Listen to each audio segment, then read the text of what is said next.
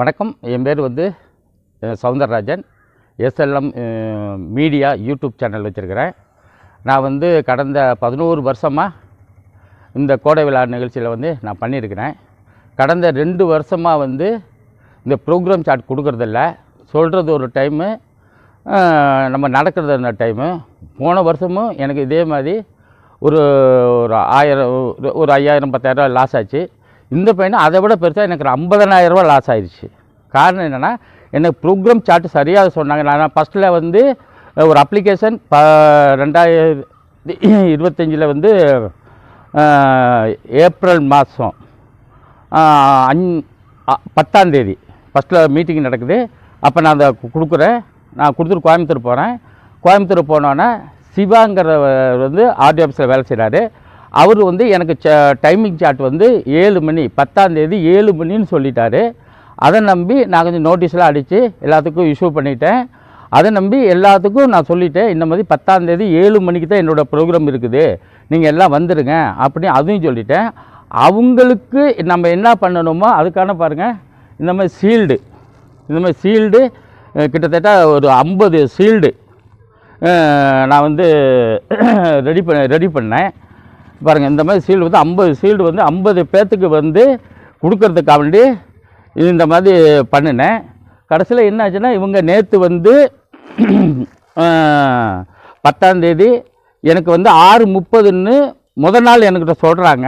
நான் அதை நம்பி சரி 6:30 தானே, 7 மணி சொன்னாங்க, 6:30 பரவாயில்ல அப்படின்னு சொல்லிவிட்டு நான் எல்லாத்துக்குமே நான் தகவல் சொல்லிட்டேன். இந்த மாதிரி நம்ம 6:30க்கு நம்ம நிகழ்ச்சி நடக்குது அப்படின்னு சொல்லிட்டேன். நேற்று பார்க்குற நேரம் 7 மணிக்கு எனக்கு சரியான ப்ரோக்ராம்ஸ் டைமிங் கொடுக்காதனால நைட்டு 8:30 மணிக்கு எனக்கு ப்ரோக்ராம் கொடுக்குறாங்க. 8:30 மணிக்கு கொடுக்குற நேரம், அதுக்கு முன்னாடி கல்ச்சர் ப்ரோக்ராம் என்னுடைய டைமில் கல்ச்சர் ப்ரோக்ராம் கொடுத்துட்டாங்க. அதனால் கல்ச்சர் ப்ரோக்ராம் நைட்டு முடிகிற நேரம் 8:30 மணி ஆச்சு. 8:30 மணிக்கு முடிஞ்ச பிறகு பட்டிமன்றம் நடக்குது.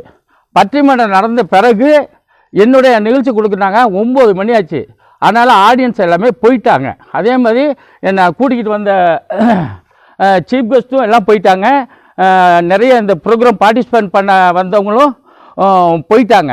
இது நான் 2014 நான் ஒரு ப்ரோக்ராம் சார்ட் நான் கோடை விழாவுக்கு நான் போட்டு கொடுத்துருந்தேன். இப்போ நான் என்ன சொன்னேன், நீங்கள் ப்ரோக்ராம் சார்ட் கொடுங்க, இந்த மாதிரி நான் ஒரு ப்ரோக்ராம் சார்ட் போட்டு மக்களுக்கெல்லாம் இஷ்யூ பண்ணணும் அப்படின்னு சொன்னதுக்கு கடைசி வரை அந்த ப்ரோக்ராம் சார்ட்டே கொடுக்கல.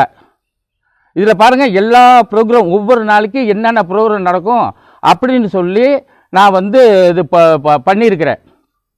2014 பண்ணியிருக்கேன். இப்போ 2 வருஷமாக தான் இந்த மாதிரி குளறுபடிகள் நடந்து எனக்கு கிட்டத்தட்ட லட்சக்கணக்கான ரூபாய் லாஸ். பாருங்கள், இதே தான் நோட்டீஸு இந்த வருஷம் போட்டது. இந்த மாதிரி போட்டு எல்லாத்துக்கும் இஷ்யூ பண்ணியிருக்கிறேன். கடைசியில் நேற்று என்ன ப்ரோக்ராம் நடக்கிற நேரம் ஆடியன்ஸ் யாருமே கிடையாது. இந்த ஆடியன்ஸ் இல்லாமல் நான் எப்படி இந்த ப்ரோக்ராத்தை நம்ம நடத்த முடியும்? ஆனால் போயிட்டாங்க. இப்போ இதெல்லாம் ரிட்டர்ன்ஸ் இன்னொரு நாள் இந்த மாதிரி நிகழ்ச்சி என்னால் நடத்த முடியுமா? நான் எல்லாத்துலேயும் ஸ்பான்சர் வாங்கி தான் இது செய்கிறேன். அப்போ ஸ்பான்சர்காரங்களுக்கும் நான் பதில் சொல்லணும், இந்த நிகழ்ச்சிக்கு இன்வைட் பண்ணவங்களும் பதில் சொல்லணும். அதுக்கு ஷாலு, சீல்டு, நோட்டீஸு, விளம்பரம் இப்படின்னு ஒரு 50,000 ரூபாய்க்கு மேலே எனக்கு லாஸ் ஆகிருக்குது. நிர்வாகம் என்ன சொல்கிறேன்னா, இந்த 2 வருஷமாக வந்த குழப்பத்துக்கு நிர்வாகம் காரணம். இந்த இன்னும் டிஎஸ் பந்தலூர் டிஎஸ் ஒரு ஆள் போட்டிருக்காங்க. அவர்கிட்ட நான் கேட்குற நேரம் ஓடுறாரு. அவர் வீடியோவும் இருக்குது, அதையும் நான் உங்களுக்கு போட்டு தரேன், நீங்கள் பாருங்கள். இதுக்கு இன்னும் சரியான, ஏன்னா இந்த மாதிரி நீ அடுத்து நடக்கக்கூடாது. அதே மாதிரி நான் 10 வருஷமாக ஸ்டால் போட்டிருப்பேன். போன வருஷத்துலேருந்து ஸ்டால் போடுறதில்ல. காரணம் என்னென்னா, அந்த ஸ்டால் போடுறதுக்கான எந்த பெனிஃபிட்டுமே கிடையாது. மற்றவங்க மக்கள் வராங்க, ஒரு பார்வையாக பார்த்துட்டு போகிறாங்க, அதற்கான ரெஸ்பான்ஸும் கிடையாது. இந்த பெண்ணு சீல்டு கொடுத்துருக்காங்க. எப்போதும் போன வருஷமெல்லாம் பெரிய பெரிய சீல்டு கொடுப்பாங்க. இந்த பெண்ணு இவ்வளோ பெரிய சீல்டு தான் கொடுத்துருக்காங்க. ஒரு நிர்வாகம் இவ்வளோ பெரிய நிகழ்ச்சி நடத்துகிறாங்க, இந்த பேர் சீல்டு இவ்வளோ பெருசு தான் கொடுத்துருக்காங்க. அப்போ இதை இப்போ யாருக்கிட்ட முறையிடுறது? நேற்றெல்லாம் நான் நிகழ்ச்சி முடிய வர அவ்வளோ அவங்களோட நான் சண்டை போட்டிருக்கேன். ஆனால் கடைசி வரை நான் என்ன சொல்கிறேன், எனக்கு 10 நிமிஷம் கொடுங்க, நான் இந்த இதில் வச்சு எல்லாத்தையும் கையில் எடுத்து கொடுத்துட்றேன் அப்படின்னு சொல்லிட்டேன். அப்பையும் அவங்க கேட்கல. இந்த டான்ஸை தான் அவங்களுக்கு நிறைய முக்கியமாக இருக்குது. அந்த டான்ஸும் கூடி இந்த ப்ரோக்ராம்ஸுக்கு ஒரு நாளைக்கு முன்னாடி தான் அவங்க வந்திருக்காங்க. என்னுடைய டைமுக்கு வந்து அவங்களுக்கு இந்த டைமை கொடுத்து என்னை வந்து நைட்டு 9 மணிக்கு வர என்னை ஆக்கி எனக்கு இவ்வளவு லாஸ் பண்ணியிருக்கிறது இந்த நிர்வாகம் தான் பொறுப்பாகணும். நன்றி, வணக்கம். கட்.